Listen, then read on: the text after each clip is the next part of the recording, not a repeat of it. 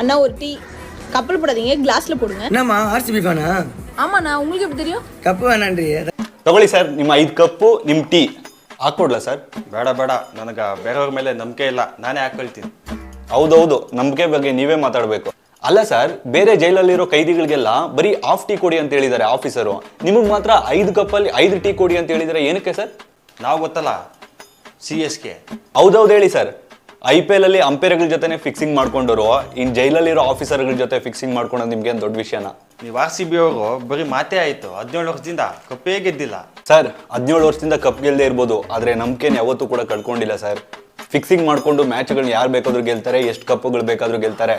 ಆದರೆ ಟೀಮ್ ಹೆಸರನ್ನ ರಾಯಲ್ ಅಂತ ಇಟ್ಕೊಂಡು ಅವ್ರ ಫ್ಯಾನ್ಸ್ ಲಾಯಲ್ ಆಗಿ ಕಪ್ ಗೆಲ್ದೆ ಕೂಡ ಇಷ್ಟು ಫ್ಯಾನ್ ಬೇಸ್ ಇದೆಯಲ್ಲ ಸರ್. ಇವರೆಲ್ಲ ಪ್ಲೇಯರ್ಸ್ನ ನೋಡಿ ಸಪೋರ್ಟ್ ಮಾಡ್ತಾರೆ, ಆದರೆ ನಾನು ಕನ್ನಡಿಗ, ಕನ್ನಡದ ಕಾವಲಿಗ.